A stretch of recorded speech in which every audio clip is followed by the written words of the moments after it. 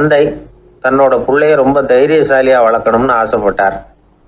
அதுக்காக அவனை கூப்பிட்டு உட்கார வச்சு இப்படி உபதேசம் பண்ணார். இதை பாருப்பா, நான் உன்னாட்டம் இருக்கிறப்போலாம் எதுக்கும் பயப்பட மாட்டேன், ரொம்ப துணிச்சலாக இருப்பேன். ஒரு நாள் ஒரு அப்பாவி எலிய ஒரு பூனை துரத்திட்டு ஓடிச்சு. நான் உடனே என்ன செஞ்சேன் தெரியுமா? அந்த பூனையை பிடிச்சேன், அது வாலில் ஒரு பட்டாசு சரத்தை கட்டினேன், கொளுத்தி விட்டேன், படபடன்னு வெடிக்க ஆரம்பிச்சுட்டுது. அது துள்ளிக்கிட்டு அங்கேயும் இங்கேயும் ஓடி இருக்கு பாரு ஓட்டம், ரொம்ப தமாஷு அப்படின்னார் அப்பா. இப்படி சொல்லிவிட்டு பையனை பார்த்து, இதை கேட்கறதுக்கு உனக்கும் துணிச்சல் வருதா, நான் என்னுடைய செயலை நீ கேட்குறப்போ உனக்கு துணிச்சல் வருதா அப்படின்னு கேட்டார். வருதுன்னா பையன். எப்படின்னா அப்படிங்கிற விவரத்தையும் சொன்னான் அவன். அதாவது எலியை விரட்டினத்துக்காக பூனை வாலில் பட்டாசு கொளுத்துனீங்க நீங்கள், பூனையை விரட்டினத்துக்காக உங்கள் கழுத்தில் பட்டாசு சரத்தை மாட்டினா என்னென்னு தோணுது எனக்கு அப்படின்னு நான் பையன். பையனோட துணிச்சல் அப்பாவே நடுங்க வச்சுட்டுது. அது சரி, ஒரு அப்பா பிள்ளைக்கு இப்படியா உபதேசம் பண்ணுறது? எல்லாருக்கிட்டையும் அன்பா பழகிறது எப்படி அப்படின்னு சொல்லி கொடுக்கணும். பிஞ்சு உள்ளங்களில் நஞ்ச தூவலாமா? ஒரு நாள் விநாயகர் ஒரு பூனையோடு விளையாடிக்கிட்டு இருந்தாராம். அப்படி ஆசையாக விளையாடிக்கிட்டு இருந்தப்ப அவரோட கை நகம் தவறுதெல்லாம் பூனையோட முகத்தில் பட்டுட்டு தான். அது ஒரு சின்ன கீரெல்லாம் உண்டாகி விட்டுது. அப்பா அவர் அதை ஒரு பெருசாக நினைக்கல. கொஞ்ச நேரத்துக்கு அப்புறம் விநாயகர் வீட்டுக்கு வந்தார். அவங்க அம்மா பார்வதி தேவியை பார்த்தார். பார்வதி தேவி கன்னத்தில் விரலால் கீறினது மாதிரி ஒரு அடையாளம் இருந்தது. விநாயகருக்கு அதிர்ச்சி, ஆச்சரியம். நம்ம அம்மா இந்த உலகத்துக்கே தாயார், அப்பேற்பட்ட அவங்க முகத்திலேயே கீறலை உண்டாக்கக்கூடியவங்க யாராக இருக்க முடியும் அப்படின்னு யோசனை பண்ணார். தாயே, உன்னுடைய கன்னத்தில் இந்த வடு எப்படிம்மா ஏற்பட்டதுன்னு கேட்டார். குழந்தாய், இது நீ செஞ்ச காரியம்தான்ப்பா, உன்னுடைய கை நகம் கீறினதுனால ஏற்பட்ட வடு தான் இது அப்படின்னாங்க அவங்க. விநாயகர் திடுக்கிட்டு போட்டார். எப்படிம்மா அது? நான் எந்த காலத்துலேயும் ஒன்று அப்படி கீறினதாக எனக்கு நினைவு இல்லையே அப்படின்னார். இன்னைக்கு காலையில் ஒரு பூனையை கீறினதை நீ மறந்துட்டியா அப்படின்னாங்க அந்த அம்மா. விநாயகர் திகைச்சு போய் நின்னார். பார்வதி தேவி சொன்னாங்க, இதை பாருப்பா, இந்த உலகத்தில் இருக்கக்கூடிய எல்லா உயிர்கள்லேயும் நான் இருக்கிறேன், நான் தான் இந்த உலகமாக ஆகியிருக்கிறேன். ஆகையினால நீ யாரை துன்புறுத்தினாலும் அது உண்மையிலேயே என்ன துன்புறுத்தினதாக தான் வந்து முடியும் அப்படின்னாங்க. விநாயகர் மனசுக்குள்ளே ஒரு வெளிச்சம் ஏற்பட்டு தான். அதுக்கப்புறம் அவர் யாரையுமே கல்யாணம் பண்ணிக்காததுக்கு அதுதான் காரணமா. இந்த உலகத்தில் எல்லாரையும், இங்கே இருக்கிற எல்லாத்தையும் தாயின் வடிவமாக அவர் பார்க்க ஆரம்பிச்சிட்டாராம். குருதேவர் ராமகிருஷ்ணர் இந்த கதையை எடுத்து சொல்லியிருக்கிறார். நபிகள் நாயகம் ஒரு தடவை ஒரு நாற்காலியில் உட்காந்து என்னமோ யோசனை பண்ணிட்டு இருந்திருக்கிறார். அப்போ அவரோட உடையில் ஒரு கீழ்ப்பகுதி தரையில் படிஞ்சு கிடந்திருக்குது. அங்கே விளையாடிக்கிட்டு இருந்த ஒரு பூனை அது மேலே வந்து படுத்து தூங்கி போயிடுச்சு. தொழுகை செய்ய வேண்டிய நேரம் வந்துட்டுது. நபிகள் நாயகம் எழுந்திருக்க பார்த்தார். அப்போ தான் பூனை தன்னோட உடை மேலே படுத்து தூங்கிட்டு இருக்கிறது கண்ணில் படுது. பூனையோட தூக்கத்தை கலைக்க விரும்பல அவர். தன்னுடைய சகோதரியை கூப்பிட்டார். ஒரு கத்திரிக்கோள் எடுத்துகிட்டு வர சொன்னார். பூனை படுத்திருந்த உடைப்பகுதி மட்டும் இருக்குல்ல, அதை மட்டும் அதோட கத்திரிச்சு விட்டுட்டு அதுக்கப்புறம் அவர் எழுந்திரிச்சு தொழுகைக்கு போனாராம். அதாவது பிற உயிர்கள்கிட்ட எப்படி அன்பு காட்டணுங்கிறத பெரியவங்க எவ்வளவோ விதத்தில் நமக்கு எடுத்து காட்டியிருக்கிறாங்க. இருந்தாலும் எத்தனை பேர் மனசில் அதெல்லாம் உரைச்சிருக்குது? நாமளும் நம்ம ட்ரெஸ்ஸு மேலே ஒரு பூனை படுத்திருந்தா ஒரு கத்திரிக்கோலை தான் தேடுவோம், எடுத்துகிட்டு வர சொல்லுவோம். துணியை வெட்டுறதுக்கு பதிலாக இல்லை அதோட வாழை வெட்டினா என்ன அப்படின்னு தோணும். ஒரு ஆள் ரொம்ப பிரியமாக ஒரு பூனையை ஆற்றுல குளிப்பாட்டிக்கிட்டு இருந்தானா. எப்படி? அந்த பூனையை ஆற்று தண்ணியில் அமுக்கி அமுக்கி குளிப்பாட்டிக்கிட்டு இருக்கிறான். அந்த வழியாக போன பெரியவர் ஒருத்தர் இதை பார்த்தார். இதை பார்ப்பா, பூனையை அது மாதிரி ஆற்று தண்ணியில் அமுக்கி குளிப்பாட்டாத, மூச்சு திணறி செத்து போடும் அப்படின்னு அட்வைஸ் பண்ணார். நீ போய் அவன் வேலையை பார்த்துக்கிட்டு, எனக்கு எல்லாம் தெரியும்னா இவன். சரின்னு அவர் போயிட்டார். கொஞ்ச நேரம் கழித்து அவரே அந்த வழியாக திரும்பி வந்துக்கிட்டு இருந்தார். ஆற்றுல பூனையை குளிப்பாட்டிக்கிட்டு இருந்தவன் அழுதுகிட்டு உட்காந்துருக்கிறான். பக்கத்தில் அந்த பூனை செத்து கிடக்குது. இதை பார்த்தார் பெரியவர். நான் தான் அப்போவே சொன்னேனே அந்த பூனையை ஆற்றுல நினைக்காதேன்னு, அதை கேட்டிருந்தா இப்படி ஆயிருக்குமா அப்படின்னார். அந்த ஆள் கோபமாக இவரை முறைச்சி பார்த்தான். அட போய்யா, இந்த பூனை ஆற்றுல குளித்ததுனால ஒன்றும் செத்து போகல, குளித்ததுக்கு அப்புறம் அதோட உடம்பு ஈரமாக இருக்குதுன்னு அதை புழிஞ்சேன், அதனால தான் இப்படி ஆயிட்டுது அப்படின்னு நானா. உலகத்தில் எது எதுக்கோ ஆராய்ச்சி கூடங்கள் இருக்குதுல்ல, அது மாதிரி தூக்கத்தை பற்றி ஆராய்ச்சி பண்ணுறதுக்கு ஒரு ஆராய்ச்சி கூடம் இருக்குது. அப்படி ஆராய்ச்சி பண்ணணும்னா அதுக்கு மூழ்கிக்கிட்டு இருக்கணும்ல. அதனால தான் அந்த ஆராய்ச்சி கூட இங்கே இல்லை. அமெரிக்காவில் பாஸ்டன் பல்கலைக்கழக மருத்துவமனையில் அது இருக்குது. அங்கே தூக்கத்தை பற்றி பலவிதமான ஆராய்ச்சிகள் பண்ணிகிட்டு இருக்கிறாங்க.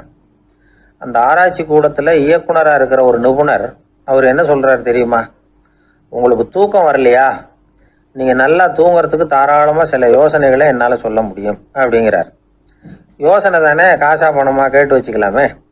உணவு, மனநிலை, தூங்கும் இடத்தோட சூழ்நிலை, படுக்கைக்கு செல்றப்போ உள்ள பழக்க வழக்கங்கள், இது காரணமாக ஒருத்தருக்கு தூக்கம் வராமல் போகலாம். தூக்கம் வராததுக்கு இதுதான் காரணம்னா அதையெல்லாம் சுலபமாக கட்டுப்படுத்தலாங்கிறார் அவர். தூக்கத்தை வரவழைக்கக்கூடிய ஒரு நல்ல மருந்து உடற்பயிற்சி. ஆனால் ஒன்று, படுக்க போகிற நேரத்தில் இது மாதிரி உடற்பயிற்சிகள் எல்லாம் செய்யக்கூடாது. கொஞ்சம் முன்னாடி பகல்லையே இந்த பயிற்சிகளை செய்கிறது நல்லது. தூக்கம் வராமல் அவதிப்படுறவங்க பிற்பகல் நேரங்களில் காஃபி, டீ இது மாதிரி பானங்களை சாப்பிடக்கூடாது. மது அருந்துறது கூட தூக்கத்தை பாதிக்கும். வெது வெதுப்பான நீரில் குளிக்கிறது, தியானத்தில் ஈடுபடுறது, ஓய்வாக இருக்கிறது, படுக்கிறது, அதாவது படுக்கிறதுக்கு முன்னாடி ஒரு குவளை பால் சாப்பிட்றது, இதெல்லாம் தூக்கத்தை வரவழைக்கிறது ரொம்ப உதவியாக இருக்கும். இன்னொரு விஷயம் என்னென்னா, தூங்கி ஆகணுமேங்கிற கவலை வேண்டியதில்லை. அப்படி நினச்சி கவலைப்படுறதை விட்டுடணும். தூக்கம் வரலையா, உடனே படுக்கையை விட்டு எழுந்திரிக்க வேண்டியது. வெளியில் வாங்க, வேறு ஏதாவது வேலையில் ஈடுபடுங்க, கொஞ்சம் நேரம் உலாவுங்க, அல்லது ஏதாவது ஒரு புஸ்தகத்தை எடுத்து படிங்க. களைப்பு ஏற்பட்டால் மறுபடியும் படுக்கைக்கு போங்க, தூக்கம் தானே வந்துடும். ஒரு விஷயத்தை மட்டும் நல்லா ஞாபகத்தில் வச்சுக்கணும். படுக்கைக்கு போகிறப்போ உங்கள் மற்ற எல்லா பிரச்சனைகளையும் மறந்துடணும். அது எப்படி சார் முடியும்? அந்த நேரம் தானே எல்லா பிரச்சனையும் வரிசையாக ஞாபகத்துக்கு வருது அப்படின்னு நாம் நினைக்கலாம். ஆனால் பழக்கத்தில் அதை நாம் மாற்றிக்க முடியும். கொஞ்சம் முயற்சி பண்ணணும், அவ்வளோதான். இது எல்லாமே ஆராய்ச்சி பண்ணி பார்த்துட்டு அந்த நிபுணர் சொல்கிற கருத்து தான். இன்னொரு விஷயமும் அவர் சொல்கிறார். அது என்னென்னா, உடல் கோளாறு காரணமாக தூக்கம் வராமல் அவதிப்படுறவங்களுக்கெல்லாம் இந்த யோசனைகள் சரியாக வராது அப்படிங்கிறார். அதுக்கெல்லாம் மருத்துவ சிகிச்சை கொடுத்து தான் சரி பண்ணணும். சில பேருக்கு நடு ராத்திரியில் மூச்சு திணறல் ஏற்பட்டு தூக்கம் வராமல் போயிடும். ஊரெல்லாம் தூங்குறப்ப தான் மட்டும் தூங்காமல் மூழ்கிட்டு இருக்கிறது, ஊரெல்லாம் மூழ்கிட்டு இருக்கிறப்போ தான் மட்டும் தூங்குறது, இது மாதிரி கோளாறுகளால் சில பேர் பாதிக்கப்படலாம். காலு தசை முறுக்கிக்கிறதுனால சில பேருக்கு அடிக்கடி விழிப்பு வரலாம். மன அழற்சி காரணமாக சில பேருக்கு தூக்கம் வராது. இது மாதிரி கோளாறுகளுக்கெல்லாம் அதுக்கு தகுந்த மாதிரி சிகிச்சை கொடுத்து தான் சரி பண்ண வேண்டியிருக்கும். எந்த கோளாறும் இல்லாமல் தூக்கம் வரலைன்னா ஆரம்பத்தில் சொன்ன முறைகளை கடைபிடிச்சு பார்க்கலாம். தூக்கம் வந்ததுன்னா யோசனை சொன்ன அந்த நிபுணருக்கு நன்றி சொல்லலாம். ஒருத்தர், ஏன் சார் பஸ்ஸில் தூங்குறது கெட்ட பழக்கமானு கேட்டார். இல்லையே, நான் கூட பஸ்ஸில் போகிறப்ப தூங்கிட்டு தானே போவேன் அப்படின்னார் இன்னொருத்தர். அப்புறம் ஏன் என்ன டிரைவர் வேலை வேணாம்னு வீட்டுக்கு அனுப்பி வச்சுட்டாங்க அப்படின்னாராம் அவர். ஒரு ஆள் ராமகிருஷ்ணரை தேடி வந்தான். அவன் கையில் 1000 பொற்காசுகள் வச்சுருந்தான். அதை அவர்கிட்ட கொடுத்து இதை ஏற்றுக்கணும் அப்படின்னு ரொம்ப பணிவாக கேட்டுக்கிட்டான். அவர் பார்த்தார், இது எனக்கு தேவையில்லை, ஆனாலும் உன்னுடைய மனசை புண்படுத்துறதுக்கு நான் விரும்பலை, அதனால் நீ கொடுக்குறத வாங்கிக்கிறேன்னார். வாங்கிக்கிட்டார். அப்புறம் கேட்டார், இதை பாரு, இனிமேல் இதெல்லாம் என்னுடைய இது தானே அப்படின்னார். ஆமாம், அதையெல்லாம் நான் உங்களுக்கே கொடுத்துட்டேன் அவன். சரி, இப்போ நீ எனக்காக ஒரு காரியம் பண்ணணும்னார். என்ன செய்யணும்னு சொல்லுங்கன்னா, இந்த நாணயங்களையெல்லாம் எடுத்துக்கிட்டு போய் கங்கை நதியில் எரிஞ்சுட்டு வா அப்படின்னார். இவனுக்கு அதிர்ச்சியாக போச்சு. என்ன பண்ணுறது? இனிமேல் அது முடியாதுன்னு சொல்ல முடியாது. ஏன்னா அந்த நாணயங்களையெல்லாம் அவருக்கே கொடுத்துட்டான். இனிமேல் அதெல்லாம் இவனுடையது இல்லை. பேசாமல் அவ்வளவே அள்ளிக்கிட்டு ஆத்தங்கரைக்கு போனான். போனவன் ரொம்ப நேரம் திரும்பியே வரல. ராமகிருஷ்ணருக்கு சந்தேகம். என்ன ஆச்சு அந்த மனுஷனுக்கு? காசுகளோடு அந்த கங்கையில் குதிச்சுட்டானா? போகும்பொழுதே ஒரு மாதிரியாக தான் போனான். போய் என்னன்னு பார்த்துட்டு வாங்க அப்படின்னார். அங்கே இருந்த ஒருத்தர் ஓடி போய் பார்த்தார். அவர் போய் பார்க்கும் பொழுது அவன் அங்கேயே இருந்தான். அதுக்கப்புறம் அவர் திரும்பி வந்தார். வந்து விவரத்தை சொன்னார். அதாவது அவன் கங்கை கரையில் உட்காந்துக்கிட்டு ஒவ்வொரு நாணயமாக 1, 2ன்னு எண்ணி எண்ணி வீசிக்கிட்டு இருக்கிறான். அவனை சுற்றி ஒரு கும்பல் நின்றுக்கிட்டு அவனை தடுத்துக்கிட்டு இருக்குது அப்படின்னு விவரத்தை சொன்னார் போயிட்டு வந்தவர். இதை கேட்டதும் ராமகிருஷ்ணரே புறப்பட்டு அங்கே போனாராம். என்ன இப்படி பண்ணிகிட்டு இருக்கிற? நான் உன்னை அந்த நாணயங்களை கங்கையில் வீசி எறிய சொன்னேன், நீ ஏன் அதை எண்ணிக்கிட்டு இருக்கிற அப்படின்னார். பழக்கம்தான் காரணம். நான் ஒவ்வொரு நாளும் ஒவ்வொன்றா சேமித்து வச்சேன். இன்றைக்கி என்கிட்ட நிறைய இருக்குது. உங்களுக்கு ஒரு 1000 நாணயங்களை கொடுக்கணுங்கிறது என்னோட ஆசை அப்படின்னா. இப்போ ராமகிருஷ்ணர் சொன்னார், ஒரே நேரத்தில் எல்லாத்தையும் சம்பாதிச்சிருந்தா நீ எண்ணுறது பொருத்தமாக இருக்கும். எல்லாத்தையும் இழக்கும் போது ஒவ்வொன்றா எண்ணிக்கிட்டு இழக்கிறதுங்கிறது சரியான செயல் இல்லை. அதனால் ஒரே தடவையாக எல்லாத்தையும் தூக்கி எறிஞ்சிடும் அப்படின்னார். இது இழப்பது அப்படிங்கிற ஒரு உயர்ந்த நிலை. இதை நாம் யதார்த்த வாழ்க்கையில் சம்மந்தப்படுத்தி பார்த்து குழப்பிக்கிட்டு இருக்கக்கூடாது. இழக்கிறேன்னு சொல்லிக்கிட்டு இருக்கிற காசையெல்லாம் ஆற்றுலையும் குளத்துலையும் கொண்டு போய் எரிஞ்சுட்டு வாங்க அப்படின்னு உபதேசம் பண்ணுறதாக யாரும் நினச்சிடக்கூடாது. இதில் நாம் புரிஞ்சிக்க வேண்டியது என்னென்னா, எதையாவது ஒன்றை இன்னொருத்தருக்கு கொடுக்கணும் அப்படின்னு விருப்பப்பட்டால் அதை மனப்பூர்வமாக கொடுத்துடணும். கொடுத்துட்டு அதையே நினச்சிக்கிட்டு இருக்கக்கூடாது. நம்மால் ஒருத்தர் ஒரு 100 ரூபா நோட்டை தன்னுடைய நண்பர் ஒருத்தர்கிட்ட கொடுத்து, இது உனக்கு தான் வச்சுக்கோ அப்படின்னார். அவர் பார்த்தார், இது இனிமேல் எனக்கு தானே சொந்தம் அப்படின்னார். ஆமான்னார் அவர். அப்படின்னா எனக்காக நீ ஒரு உதவி செய்யணும்னார். சொல்லுங்கள் செய்கிறேன்னார் அவர். இந்த 100 ரூபா நோட்டை தீ வச்சு கொளுத்தி விடுன்னார். இவர் அதிர்ச்சியாகி அவரை பார்த்தார். இப்போ அவர் சொன்னார், நீ எனக்கு அன்பாக கொடுத்தது இது, இந்த நோட்டு கள்ள நோட்டுங்கிறது எனக்கு முன்னாடியே தெரியும், சீக்கிரம் கொளுத்தி விடு, அதுதான் நம்ம 2 பேருக்குமே நல்லது அப்படின்னாராம் அவர். ஒருத்தரை பார்த்து உன்னுடைய நண்பர்கள் யார் அப்படின்னு ஒரு கேள்வி கேட்டு பாருங்க. கொஞ்சம் யோசிச்சு பதில் சொல்லுவாங்க. அவங்ககிட்டயே உன்னுடைய எதிரிகள் யார் அப்படின்னு கேளுங்க, கடகடன்னு ஒப்பிச்சிருவாங்க. நம்ம மனசு இருக்க அது எப்படின்னா, நம்ம நண்பர்களை விட எதிரிகளை அது நல்லா ஞாபகத்தில் வச்சுக்கும். இது ஒரு ஆச்சரியமான உண்மை. உங்களால் நண்பர்களை மறந்துட முடியும், ஆனால் எதிரிகளை மறந்துட முடியாது. இது ஒரு வேடிக்கையான நிலைமை தான். அழகான தருணங்களை நாம் ஏன் மறந்துடுறோம்? இது இயற்கை. ஏன்னா நம்ம மனசு மலர்களை கவனிக்கிறது இல்லை, அதில் இருக்கிற முள்ளை தான் கவனிக்குது. தன்னை காயப்படுத்துகிற எதையும் அது உடனே கண்டுகொள்ளுது.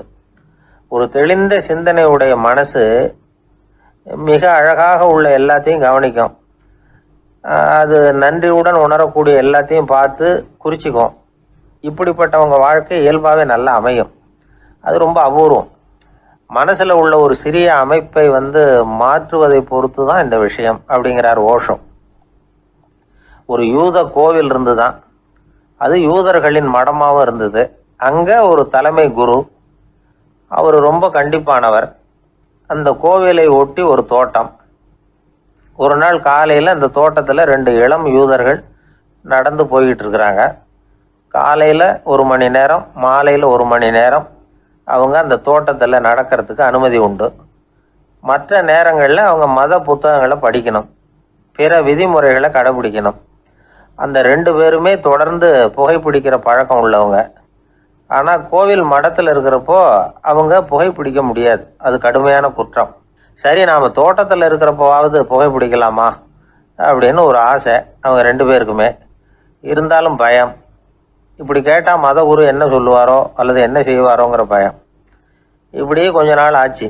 ஒரு நாள் இந்த 2 பேரில் ஒருத்தன் ரொம்ப கலங்கி போய் அந்த கோவிலில் இருந்து வெளியில் வந்துக்கிட்டு இருந்தான். வந்தவன் நேராக தோட்டத்து பக்கம் போனான். அங்கே இன்னொருத்தன் ஆனந்தமாக புகை பிடிச்சிக்கிட்டு இருக்கிறான். அதை பார்த்து தான் இவனுக்கு அதிர்ச்சி. அட கடவுளே, என்ன இது, நீ கேட்காமலே ஆரம்பிச்சிட்டியா அப்படின்னா. இல்லை நான் கேட்டுவிட்டு தான் ஆரம்பிச்சிருக்கேன்னா அவன்.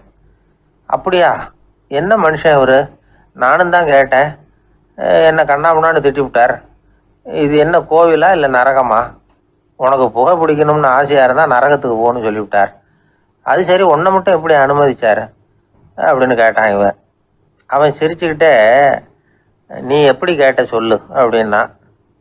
நாம் இந்த தோட்டத்துக்கு வர அனுமதிக்கப்பட்டிருக்கிறதே ஜபத்துக்காகத்தானே, அதனால் நான் ஜபம் சொல்லும் பொழுது புகை பிடிக்கலாமா அப்படின்னு கேட்டேன். அதுக்கு தான் அவர் சத்தம் போட்டு என்னை அடிக்கவே வந்துட்டார் அப்படின்னா இவன். நீ ஒரு மாதிரியாக கேட்டிருக்க, நான் வேற மாதிரியாக கேட்டிருக்கிறேன். ஜெபம் சொல்லும்போது புகை பிடிக்கலாமான்னு நீ கேட்டிருக்க. ஐயா, புகை பிடிக்கும் பொழுது ஜபிக்கலாமா அப்படின்னு நான் கேட்டேன். அதில் தப்பு ஒன்றும் இல்லை அப்படின்னு பதில் சொல்லிட்டார் அப்படின்னா. ஒரு சிறிய மாற்றம்தான் அது மிகப்பெரிய மாறுதலை ஏற்படுத்தி விட்டது. மனசு நல்ல விதமாக சிந்திக்க ஆரம்பிச்சுட்டுதுன்னா மகிழ்ச்சிக்கு பஞ்சம் இல்லை. ஒரு கஞ்சன் ஆற்றுல விழுந்துட்டான், வெள்ளத்தில் தத்தளிச்சுக்கிட்டு இருக்கிறான். கரையில் நின்ன ஒருத்தர், உன் கையை கொண்டா இப்படி பிடிச்சி இழுத்து கரையில் சேர்த்து விடுறேன்னார். எதையும் கொடுத்து பழக்கம் இல்லாத அவன் கையையும் கொடுக்க மாட்டேன்னுட்டான். இவர் பார்த்தார், உன் கையை கொடுன்னு சொல்கிறதுக்கு பதிலாக நான் என் கையை கொடுக்குறேன் பிடிச்சிக்கோ அப்படின்னார். அவன் கப்புன்னு பிடிச்சிக்கிட்டான், இழுத்து கரையில் போட்டார். நம்மளை மாதிரி ஒரு ஆசாமி அவன் நம்மள மாதிரியே கற்பனை பண்ணான். அதாவது நாம தான் இந்த உலகத்துல ரொம்பவும் கஷ்டப்படுறோம், மற்றவங்க எல்லாம் சந்தோஷமா இருக்கிறாங்க அப்படின்னு அவன் நினைச்சுக்கிட்டான். அவன் ஒரு நாள் கடவுளை வேண்டிக்கிட்டானா, சுவாமி, இந்த உலகத்துல எவ்வளவோ பேர் இருக்கிறாங்க, ஒவ்வொருத்தருக்கும் ஒவ்வொரு விதமான கஷ்டம் இருக்கலாம், ஒத்துக்கிறேன். இருந்தாலும் எனக்கு அது கொஞ்சம் அதிகமா இருக்கிறது மாதிரி தெரியுது. அதனால நீங்க எனக்காக ஒரு சின்ன உதவி செஞ்சா போதும். அது வேற ஒண்ணும் இல்ல, என்கிட்ட இருக்கிற துயரங்களை இன்னொருத்தர் யாருகிட்டயாவது கொடுத்துருங்க, அவர்கிட்ட இருக்கிற துயரங்களை என்கிட்ட மாத்தி கொடுத்துருங்க. ஒரு மியூச்சுவல் டிரான்ஸ்பர், அவ்வளவுதான். அப்படி பண்ணிவிட்டா போதும் அப்படின்னு வேண்டிக்கிட்டானா. அன்னைக்கு ராத்திரியே அவன் ஒரு கனவு கண்டிருக்கான். வானத்தில இருந்து ஒரு குரல் கேட்டிருக்கு. அது என்ன சொல்லிச்சு தெரியுமா? ஏ ஜனங்களே, எல்லாரும் அவங்கவங்க கஷ்டங்களை ஒரு பையில போட்டு எடுத்துக்குங்க. அப்படி எடுத்துக்கிட்டு நேரா இந்த ஊர் எல்லையில இருக்கிற கோயிலுக்கு வந்து சேருங்க அப்படின்னு அந்த குரல். ஆஹா, கடவுள் நம்ம பிரார்த்தனைக்கு செவி சாய்ச்சுட்டார் அப்படின்னு சந்தோஷப்பட்டான் இவன். உடனே என்ன பண்ணா, தன்கிட்ட இருந்த கஷ்டத்தையெல்லாம் ஒரு சாக்கு பையில போட்டு எடுத்துக்கிட்டான். வீட்டை விட்டு வெளியில வந்தான். தெருவுல இறங்கி நடக்கிறான். அங்க பார்த்தா ஏகப்பட்ட பேர் ஆளுக்கு ஒரு பைய தூக்கிக்கிட்டு கோயிலுக்கு போயிட்டு இருக்கிறாங்க. சில பேர் மூட்டையா கட்டி தலையில சுமந்துக்கிட்டு போயிட்டு இருக்கிறாங்க. இவன் பார்த்தான். இவனுக்கு ரொம்ப ஆச்சரியமா இருந்தது. ஏன்னா எல்லாரும் வச்சிருக்கிற பைய இவன் பைய விட பெருசா இருந்தது. இவன் பை தான் இருக்கிறதுலயே கொஞ்சம் சின்னதா தெரிஞ்சது. இப்ப அவன் மறுபடியும் சாமியை வேண்டிக்கிட்டான், கடவுளே, இப்ப உள்ள சூழ்நிலையை கவனிச்சா என்கிட்ட இருக்கிற பைய பரவாயில்லன்னு தோணுது. அதனால வேற பைய எதையும் மாத்த வேணாம், இதுவே பரவாயில்ல, இந்த பையோட திரும்பி வீட்டுக்கு போனா போதும்னு நினைக்கிறேன் அப்படின்னு ஏதோ நினைக்க ஆரம்பிச்சுட்டான் அவன். எல்லாரும் கோயிலுக்கு போய் சேர்ந்தாங்க. கோயில்ல அந்த குரல் மறுபடியும் கேட்டுது. எல்லாரும் அவங்கவுங்க பைகளை சுவத்துல தொங்க விடுங்க, திடீர்னு விளக்குகள் அணையும், மணி அடிக்கப்படும், அதுதான் அடையாளம். அந்த சமயத்துல இருட்டுல உங்களுக்கு வேண்டிய பைய நீங்க மாத்தி எடுத்துக்கலாம், தேர்ந்தெடுத்துக்கலாம். வெளிச்சம் இருக்கிறப்பவே உங்களுக்கு பிடிச்ச பைக்கு பக்கமா பார்த்து நீங்க நின்னுக்கலாம் அப்படின்னு சொல்லி விவரம் சொல்லிச்சான் அந்த குரல். அப்படி சொன்னதுக்கு அப்புறம் திடீர்னு விளக்கு அணைஞ்சுது, மணி அடிச்சுது. கொஞ்ச நேரம் கழிச்சு மறுபடியும் விளக்குகள்லாம் எரிஞ்சுது. இப்போ பார்த்தா எல்லாரும் அவங்கவுங்க பையையே கெட்டியா பிடிச்சிட்டு நிக்கிறாங்க. இவனும் அப்படியே நிக்கிறான். இவன் மெதுவா பக்கத்துல நிக்கிறவங்க கிட்ட கேட்டானா, ஏன் நீங்க பைய கையிலேயே வச்சிருக்கிறீங்க, செவுத்துல மாட்டலையா அப்படின்னு கேட்டிருக்கான். இல்லப்பா, நீ ஏன் கையிலேயே வச்சிருக்கிறியோ அதே காரணத்துக்காக தான் நாங்களும் வச்சிருக்கிறோம். நம்ம கவலைகளை பத்தி நமக்கு ஓரளவுக்காவது தெரியும். ஆனா மத்தவங்க கவலைகள் நமக்கு பரிச்சயம் இல்லாதவை, பழக்கம் இல்லாதது. அதனால நமக்கு தெரிஞ்ச கவலைகளை சமாளிக்கிறது சுலபம். தெரியாததை சமாளிக்கணும்னா மறுபடியும் ஆரம்பத்தில இருந்து ஆரம்பிக்கணும். அதனால பழைய நண்பர்களோட வாழறது தான் மேல் அப்படின்னு நானும். அதுக்கப்புறம் அவன் தன்னோட பைய போதும்னு வீட்டுக்கு திரும்பி வந்துட்டானான். இது ஒரு பெரியவர் சொல்லி இருக்கிற கதை. அதனால நம்ம கிட்ட இருக்கிற கஷ்டங்கள் தான் பெருசு, அதை இன்னொருத்தங்கிட்ட கொடுத்துட்டு மாத்திக்கலாம் அப்படின்னு நினைக்கிறது தப்பு. இதே மாதிரி இன்னொரு சம்பவம். ஒரு ஊர்ல ஒரு நாள் ராத்திரி ஆகாயத்தில இருந்து கடவுள் குரல் கேக்குது. இந்த ஊர்ல இருக்கிற ஜனங்கள்லாம் கொஞ்சம் கவனிங்க, உங்களுக்கு ஒரு செய்தி. அதாவது இங்க இருக்கிற ஜனங்கள்லயே கொஞ்சம் கூட கவலையே இல்லாத ஆள் யாருன்னு எனக்கு தெரியணும். அதனால எல்லாரும் அவங்க கவலைகளை ஒரு பையில போட்டு எடுத்துக்கிட்டு கோயிலுக்கு வாங்க அப்படின்னாரு கடவுள். உடனே வரிசையா எல்லாரும் வர ஆரம்பிச்சாங்க. எல்லார் கையிலயும் பை இருந்தது, சின்னதும் பெருசுமா. கவலையே இல்லாத ஆள் யாருன்னு தேடினார் கடவுள். ஒரே ஒரு ஆள் மட்டும் கையில எதுவும் இல்லாம வெறும் கையை வீசிக்கிட்டு ரொம்ப ஜாலியா நடந்து வந்துகிட்டு இருந்தான். கடவுள் அவங்க கிட்ட போனார். ஏன்பா, உனக்கு கவலையே இல்லையா அப்படின்னு கேட்டார். எனக்கும் சில கவலைகள்லாம் உண்டு அப்படின்னு அவன். எங்க அதெல்லாம்னு கேட்டிருக்காரு கடவுள். பின்னாடி லாரியில வந்துகிட்டு இருக்கு அப்படின்னு அவன். எங்க எங்க போயிட்டு வரீங்க அப்படின்னு கேட்டேன். எனக்கு வேண்டப்பட்ட ஒருத்தரை பார்த்து. ஆஸ்பத்திரிக்குன்னார். எந்த ஆஸ்பத்திரிக்குன்னு? மாட்டு ஆஸ்பத்திரிக்குன்னார். என்ன விஷயம்னு? மாமனாருக்கு உடம்பு சரியில்லை, அதுதான் மாட்டு ஆஸ்பத்திரிக்கு போயிட்டு வரேன்னார். அட பாவி, அதுக்கு அந்த ஆஸ்பத்திரிக்கா போவாங்க அப்படின்னு ஆச்சரியமா. அட அது இல்லப்பா, முதல்ல எங்க குடும்ப டாக்டர் தான் தேடிக்கிட்டு போனேன். அவர் அந்த நேரத்துல அவர் வளர்க்குற நாய்க்குட்டிக்கு உடம்பு சரியில்லைன்னு சொல்லி அதை தூக்கிக்கிட்டு மாட்டு ஆஸ்பத்திரிக்கு போயிட்டாராம் சொன்னாங்க. அதனால அங்க போய் அவரை சந்திச்சு விஷயத்தை சொல்லிவிட்டு வர்றேன்னார். அப்புறம் தான் எனக்கு கொஞ்சம் நிம்மதியா இருந்தது. பொதுவா நமக்கு தெரிஞ்ச வரையில டாக்டர்கள் 2 வகை. நமக்கு வைத்தியம் பண்ற டாக்டர்கள் ஒரு வகை, நம்மக்கிட்ட இருக்கிற ஆடு மாடு கோழிக்கு வைத்தியம் பண்ணுற டாக்டர்கள் ஒரு வகை. இப்போ தான் எனக்கு தெரியும் இன்னொரு வகையான டாக்டர்களும் உண்டுங்கிறது. அது யாருன்னா பூச்சிகளுக்கு வைத்தியம் பண்ணுற டாக்டர்கள், அதாவது பூச்சி டாக்டர்கள். வெளிநாடுகளில் அப்படிலாம் கூட சில பேர் இருக்கிறாங்க. பிரிட்டனில் யார்க்ஷயர் வட்டாரத்தில் ராதர்ஹாம் அப்படின்னு ஒரு ஊர். அங்கே ஒரு விலங்கியல் மருத்துவர் பேர் டாக்டர் லான்ஸ் ஜெப்சன். அவர் ஆஸ்பத்திரி வாசலில் பார்த்தீங்கன்னா தினமும் நிறைய பேர் நின்றுக்கிட்டு இருப்பாங்க. கையில் கண்ணாடி குடுவை, தகர டப்பா இப்படி ஏதாவது இருக்கும். அதுக்குள்ளே ஏதாவது பூச்சிகள் இருக்கும். அதுக்கு வைத்தியம் பண்ணுறதுக்காக வந்தவங்க தான் அவங்க எல்லாம். சிலந்தி பூச்சி, பல்லி, தேளு, பாம்பு இப்படி ஏதாவது இருக்கும். பொழுதுபோக்காக சில பேர் நாய், பூனை, கிளி, மைனா, புறா இப்படி ஏதாவது வளர்க்குறாங்கல்ல, அது மாதிரி இப்போல்லாம் தேளு, பல்லி, பாம்பு, பூச்சி இதையெல்லாம் வளர்க்க ஆரம்பிச்சிட்டாங்களாம். இது ஒரு புது ஃபேஷன். இப்போ கூண்டுக்குள்ளே டப்பாக்குள்ளே போட்டு வளர்க்குறது, அதுக்கு ஏதாவது நோய் வந்துட்டுதுன்னா வைத்தியம் பண்ணுறதுக்கு டாக்டர்கிட்ட வந்துட வேண்டியது, இப்படி இந்த பழக்கம்லாம் நிறையா வந்துட்டுது. ரத்தம் உறிஞ்சிற அட்டைகள் கூட இவங்ககிட்ட வைத்தியத்துக்கு வருதான். சிலந்திகளில் செங்கால் சிலந்தின்னு ஒரு வகை. மத்திய அமெரிக்க காடுகளில் இது அதிகம். சிலந்திகள்லேயே ரொம்ப விலை உசந்தது இந்த ரகம்தான். கால்களில் சிவப்பு கோடுகள் இருக்கும்.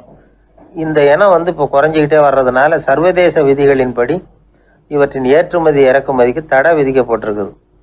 அதனால் இதை வளர்க்குறவங்க வீட்டுக்குள்ளேயே இனவிருத்தி மூலமாக பெருக்கி விற்பனை பண்ணிட்டு வராங்களாம். அந்த வகை சிலந்திகள் தான் இப்போ வைத்தியத்துக்கு அதிகமாக வருதான். சரி, இதுக்கெல்லாம் எப்படி வைத்தியம் பண்ணுறாங்க?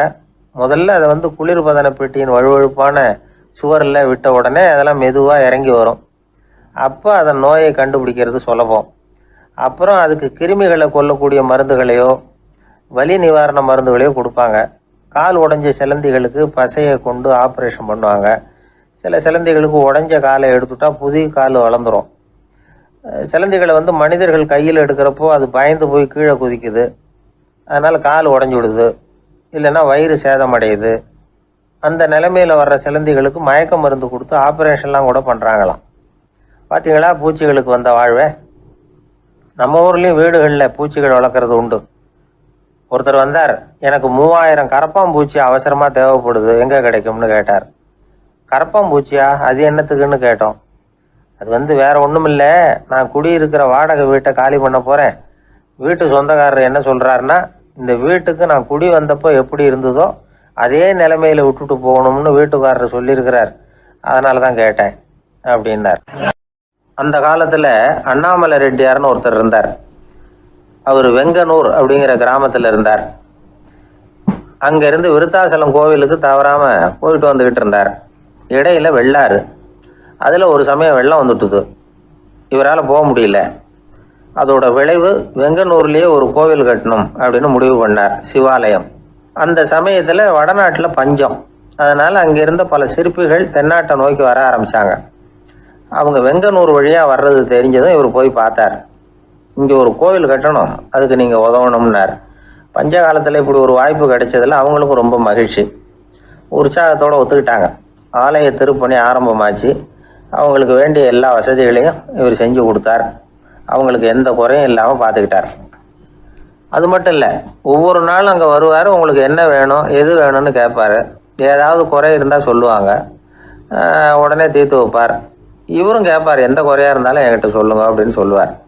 அதை தவிர இவராகவே கவனித்தும் அவங்களுக்கு என்னென்ன தேவைங்கிறத கண்டுபிடிச்சி அதையெல்லாம் கொடுத்துக்கிட்டு இருப்பார். என்ன தேவைன்னாலும் அதை நிறைவேற்றி வச்சுருவார். அந்த சிற்பிகளின் தலைவன் ஒருத்தன், அந்த ஆளுக்கு வெத்தலை பாக்கு போடுறது பழக்கம். இதை தெரிஞ்சுக்கிட்டு அதுக்காகவே ஒரு ஆளை ஏற்பாடு பண்ணார். வேணுங்கிறப்போலாம் நீ வெத்தலை சிவல் மடித்து கொடுக்க வேண்டியது உன் வேலை அப்படின்னு ஒருத்தனை ஏற்பாடு பண்ணிட்டார். இப்படியெல்லாம் செஞ்சதும் அவங்களுக்கும் ரொம்ப உற்சாகம். ரொம்ப பொறுப்பாக சிற்ப வேலைகளை செஞ்சுக்கிட்டு இருக்கிறாங்க. ஒரு நாள் என்னாச்சு தெரியுமா?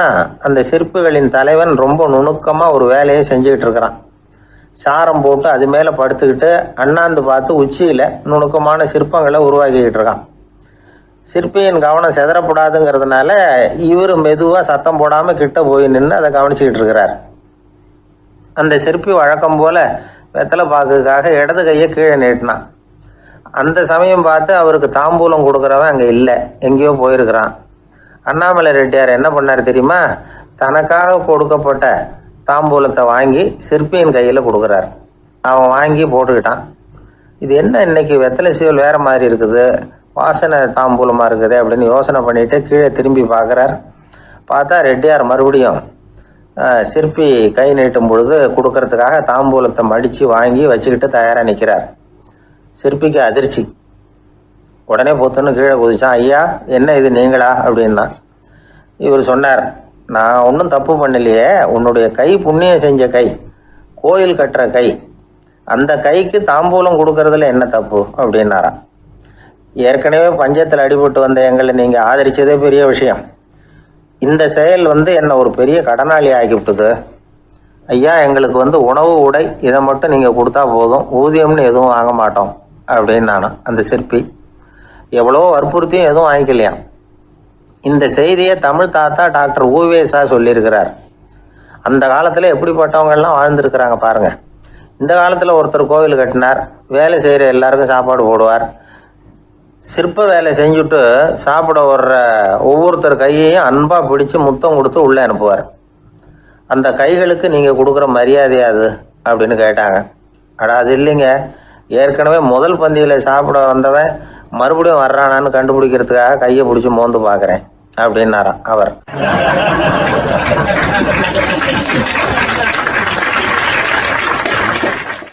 பிரம்மத்தை அறிந்தவன் பிரம்மமாகிறான் அப்படின்னு ஒரு பெரியவர் பேசினார் ஒரு கோவிலில். தைத்திரிய உபனிஷத்து அப்படி சொல்லுதான். இதை கேட்கும் பொழுது நமக்கு ஒரு சந்தேகம் வரும். அது எப்படி? பிரம்மத்தை அறிந்தவன் பிரம்மம் ஆகிறான்னா, சிங்கத்தை அறிந்தவன் சிங்கம் ஆகிறானா, தோசையை அறிந்தவன் தோசை ஆகிறானா? இப்படிப்பட்ட சந்தேகம் நமக்கு வர்றதுல ஒன்றும் ஆச்சரியம் இல்லை. இது இயற்கை. இதுக்கும் அந்த பெரியவரே பதில் சொல்றார். சிங்கம் வேற, நாம வேற. அதனால சிங்கத்தை அறிந்தவன் சிங்கமாக மாட்டான். ஆனால் பிரம்மம் வேற, நாம வேற இல்லை. அதனால பிரம்மத்தை அறிந்தவன் பிரம்மமாகறான் அப்படிங்கிறது அவரோட விளக்கம். மனிதன் அவன்தான் தான் பிரம்மங்கிறது தெரியாதனால தான் அதை வேற எங்கேயோ தேடிட்டு இருக்கிறான். கடைசியில் அது தான் தாங்கிறது புரிஞ்சுக்கிற பொழுது அவன் பிரம்மம் ஆயிடுறான். இதை விளக்கிறதுக்கு ஒரு உபநிஷத்து கதையே இருக்கு. நமக்கு தெரிஞ்ச கதை தான், ஆனால் அதை வேற விதமான அர்த்தத்தில் விளையாட்டாக சொல்லிகிட்டு இருக்கிறோம். ஒரு சமயம் ஒரு 10 நண்பர்கள் ஒரு காட்டு வழியாக போய்கிட்டு இருக்கிறாங்க.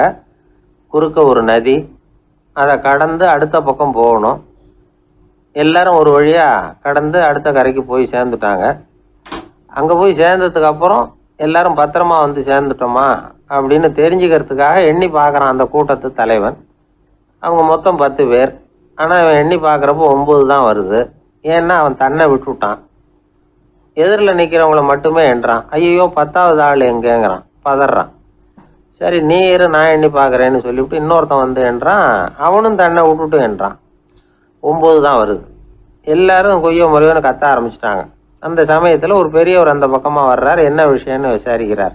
10வது ஆள் 6 அடிச்சுட்டு போட்டுது அப்படின்னு சொல்லி இவங்க அழறாங்க. சரி அழாதீங்க அப்படின்னு சொல்லி அந்த தலைவனை பார்த்து இப்படி வாங்குறார். வர்றான். இப்போ எனக்கு முன்னாடி ஒரு தரம் எண்ணு பார்க்கலாம்ங்கிறார். 1 2 3ன்னு ஆரம்பித்து 9ல் முடிக்கிறான். உடனே பெரியவர் நீ தான் அந்த 10வது ஆள் அப்படிங்கிறார். இது உண்மை. நாம தான் அது. நாம தான் நம்மளை வேற எங்கேயோ தேடிட்டு இருக்கிறோம். நாம் எங்கேயோ தேடிட்டு இருக்கிறோமே, அந்த பிரம்மம் நாம தான். இப்படி ஒரு பெரிய உண்மையை விளக்கிறதுக்காக தான் அப்படி ஒரு கதை சொல்லப்பட்டது. ஆனால் அதை நாம் வேற விதமாக வேடிக்கையாக உபயோகப்படுத்திக்கிட்டு இருக்கிறோம். எப்படி தெரியுமா? ஒரு ஆத்தங்கரையில் ஒரு 10 பேர் முழிச்சுக்கிட்டே நின்றுக்கிட்டு இருந்தாங்களாம். அந்த பக்கமாக வந்த ஒருத்தன் ஏன் இப்படி முழிச்சுக்கிட்டு நிற்கிறீங்கன்னு கேட்டிருக்கிறான். எங்களுக்கு நீச்சல் தெரியாது, நாங்கள்லாம் அடுத்த கரைக்கு போய் சேரணும் அப்படின்னு நாங்களாம். சரி நாங்கள் கொண்டுட்டு போய் விடுறேன். எல்லாரும் அக்கறைக்கு போய் சேர்ந்த உடனே ஆளுக்கு ₹1 வீதமாக மொத்தம் ₹10 எனக்கு கொடுக்கணும் அப்படின்ட்டுருக்கான் இவன். சரின்னு ஒத்துக்கிட்டாங்க. இவன் ஒவ்வொருத்தராக கையை பிடிச்சி மெதுவாக ஆற்றுல இறக்கி அழைச்சிட்டு போயிட்டான். 9 பேரை கரை சேர்த்துட்டான். 10வது ஆள் பாதி ஆற்றுல போயிட்டு இருக்கிறப்போ திடீர்னு வெள்ளம் வந்துட்டுது. புடி நழுவி போச்சு. கையை விட்டுட்டான். வெள்ளம் அடிச்சுட்டு போட்டுது. அழைச்சிட்டு வந்தவன் நீச்சல் அடித்து தடுமாறி கரைக்கு சேர்ந்துட்டான். கரையில் இருந்தவங்களுக்கு இந்த விஷயம் தெரியாது. இருந்தாலும் இவன் உடம்பு பூரா நனைஞ்சி கொஞ்சம் அதிகமாக மூச்சு வாங்க நின்றுக்கிட்டு இருந்தானா, ஏங்க ஏன் இப்படி மூச்சு வாங்குது, என்ன விஷயம் அப்படின்னு கேட்டாங்களாம். அதுக்கு இவன் கொஞ்சமாக அலட்டிக்காமல் சொன்னானா, வேற ஒன்றும் இல்லை, நீங்கள் கொடுக்க வேண்டிய ₹10 ₹1 குறைஞ்சி போச்சு அவ்வளவுதான் அப்படின்னானா. 1816 செப்டம்பர் மாதம் 11ஆம் தேதி பிரான்ஸ் தேசத்தில் உள்ள ஒரு மருத்துவமனை. அங்கே ஒரு இளம் டாக்டர் கொஞ்ச நாளைக்கு முன்னாடி தான் அந்த ஆஸ்பத்திரியில் புதுசாக வேலைக்கு சேர்ந்துருக்கிறார். அவர் பேர் ரெனே லெனக். அவர் அன்னைக்கு காலையில் அந்த மருத்துவமனையில் அப்படியே ரவுண்ட்ஸ் வந்துக்கிட்டு இருக்கிறார். வார்டில் ஒரு படுக்கையில் ஒரு இளம் பெண் படுத்திருக்கிறா. அந்த பொண்ணுக்கு இருதய நோயாக இருக்கலாம்ங்கிறது மற்ற டாக்டர்கள் சந்தேகம். அந்த காலத்துல எல்லாம் ஒருத்தருடைய இருதய துடிப்பை தெரிஞ்சுக்கணும்னா நோயாளியின் மார்பில் டாக்டர் காதை வச்சு பார்த்து தான் தெரிஞ்சுக்கிறது வழக்கம். ஆனால் இந்த பெண்ணும் இளம் பெண், அந்த டாக்டரும் புதுசாக சேர்ந்துருக்கிறவர். அதனால் பரிசோதனை பண்ண தயங்கினார். கொஞ்ச நேரம் யோசனை பண்ணார். திடீர்னு ஒரு ஞாபகம் வந்தது அவருக்கு. அதாவது அன்னைக்கு விடியற் காலையில் தோட்டத்தில் அப்படி வாக்கிங் போயிட்டு இருந்தப்போ சின்ன பசங்கள்லாம் ஒரு மரக்கட்டையை வச்சு விளையாடிக்கிட்டு இருந்தாங்களாம். அதை அவர் பார்த்துருக்கிறார். அது என்ன விளையாட்டுனா, ஒரு நீளமான மரப்பலகை, அதில் ஒரு முனையில் ஒரு பையன் தன்னுடைய காதை வச்சுக்கிட்டு இருக்கிறான். மறுமுனையில் இன்னொரு பையன் அந்த மரப்பலகையை ஒரு ஆணியால் கீறிக்கிட்டு இருக்கிறான். ஒரு முனையில் ஆணியால் கீறும் பொழுது மறுமுனையில் காதை வச்சிருக்கிற பையனுக்கு அந்த சத்தம் துல்லியமாக கேட்குது. அந்த டாக்டருக்கு காலையில் பார்த்த இந்த விளையாட்டு ஞாபகத்துக்கு வந்துட்டுது. உடனே என்ன பண்ணார் தெரியுமா? ஒரு நீளமான காகிதத்தை எடுத்தார். அதை அப்படியே உருளை மாதிரி உருட்டினார். ஒரு முனையை அந்த நோயாளியின் மார்பில் இடது பக்கம் வச்சார். இன்னொரு முனையில் தன்னுடைய காதை வச்சார். என்ன ஆச்சரியம்! நோயாளியின் மார்பில் நேரடியாக காதை வச்சு கேட்கறத விட துல்லியமாக கேட்டுது இதய துடிப்பு. இதய துடிப்பு மட்டும் இல்லை, மூச்சு இழுத்து விடுறது, திரவ பொருள்களின் அசைவு, எல்லா சத்தமும் தெளிவாக கேட்குது. கிரேக்க மொழியில் ஸ்டெத்தாஸ் அப்படின்னா மார்பு, ஸ்கோப்பின் அப்படின்னா பார்ப்பதுன்னு அர்த்தம். அதனால் டாக்டர் ரெனே லெனக் தான் கண்டுபிடிச்ச கருவிக்கு ஸ்டெத்தஸ்கோப் அப்படின்னு பேர் வச்சார். அவரே முதல் மாடலையும் செஞ்சார். அளவு ரொம்ப பெருசாக இருந்தது, சுலபமாக எடுத்துகிட்டு போகிறது கஷ்டம், அது அவ்வளோ கஷ்டமாக இருந்தது அது. அதனால் அவரே அதை அப்புறம் 2 பிரிவாக தயார் பண்ணார். இது 2 துண்டையும் டாக்டர் தன்னோட கோட்டு பாக்கெட்டில் வச்சுக்கலாம், தேவைப்படுறப்ப எடுத்து ஒன்றா சேர்த்துக்கலாம். இப்படி தான் அவர் ஆரம்பத்தில் பண்ணார். தன்னுடைய இந்த கண்டுபிடிப்பை பற்றி அவர் ஒரு புத்தகம் எழுதினார். நிறைய விற்றுது, புகழும் பணமும் சேர்ந்தது. பணமும் புகழும் சேர்ந்தது மாதிரியே அவருக்கு ஒரு நோயும் சேர்ந்தது. அது என்ன நோயின்னு கண்டுபிடிக்கிறதுக்கும் அவர் கண்டுபிடிச்ச கருவி தான் உபயோகப்பட்டு தான். அவரே அதை கண்டுபிடிச்சார். அவருக்கு வந்திருந்தது காச நோய். 1826ஆம் வருஷம் ஆகஸ்ட் மாதம் 13ஆம் தேதி உலகத்தின் முதல் ஸ்டெதஸ்கோப்பை கண்டுபிடிச்ச டாக்டர் ரெனே லெனக் காலமானார். அவர் சாகிறதுக்கு முன்னாடி மரத்தால் செஞ்சு வச்சுருந்த ஸ்டெதஸ்கோப்பை தனக்கு வேண்டியப்பட்ட ஒரு டாக்டர்கிட்ட கொடுத்து, என்னுடைய சொத்துக்கள்லேயே ரொம்ப வசந்தது அப்படின்னு சொன்னாராம். அதுக்கப்புறம் 3 வெள்ளைக்காரங்க சேர்ந்து இந்த கருவியில் சில மாற்றங்களை பண்ணாங்க. ஆனால் 1829 லண்டனில் டாக்டர் நிக்கோலஸுங்கிறவர் ஒரு காதால் இதய துடிப்பை கேட்குறத விட டாக்டர் 2 காதாலையும் கேட்கறது தான் சரியாக இருக்கும் அப்படின்னு ஒரு கருத்தை வெளியிட்டார். அதுக்கப்புறம் ரொம்ப காலம் கழித்து 1852 ஜார்ஜ் காமான் அப்படிங்கிறவர் ரப்பர் டியூப்களை உபயோகப்படுத்தி 2 காதாலையும் கேட்குற மாதிரி ஒரு புதிய வடிவத்தை அதுக்கு கொடுத்தார். அதுக்கு பிறகு அது படிப்படியாக எவ்வளவோ மாற்றங்கள் இருந்தாலும் ஆரம்பத்தில் டாக்டர் ரெனே லெனக் உருவாக்கின அடிப்படை மாடலை யாரும் மாற்றி அமைக்கலைங்கிறது தான் முக்கியமான விஷயம். நமக்கு தெரிஞ்ச ஒரு ஆஸ்பத்திரி, அதில் ஒரு நோயாளி, காலை நேரத்தில் நர்ஸு அந்த பக்கமாக போயிட்டு இருந்தாங்க. அதை பார்த்துட்டு ஒரு நர்ஸுன்னு கத்துறார். நர்ஸு அவசரமாக ஓடி என்ன விஷயம்னு கேட்டாங்க. சிஸ்டர், இங்கே பாருங்கள், உங்கள் டாக்டரை என் நெஞ்சில் ஒரு காதை வச்சு கேட்டுக்கிட்டு இருக்கிறார் அப்படின்னார் நோயாளி. சிஸ்டர் பதட்டப்படாமல், அதனால் என்ன, இந்த டாக்டர் பழமையான விஷயங்களில் ரொம்ப நம்பிக்கை உள்ளவர், அதனால் ஸ்டெதாஸ்கோப்பை உபயோகப்படுத்தாமல் காதை வச்சு கேட்குறார், அது ஒன்றும் தப்பு இல்லை அப்படின்னாங்களாம். ஐயோ, அதுக்காக இல்லை சிஸ்டர், இவர் என் நெஞ்சு மேலே தலையை வச்சது நேற்று ராத்திரி 9 மணி, இப்போ விடிஞ்சு போச்சு, இன்னமும்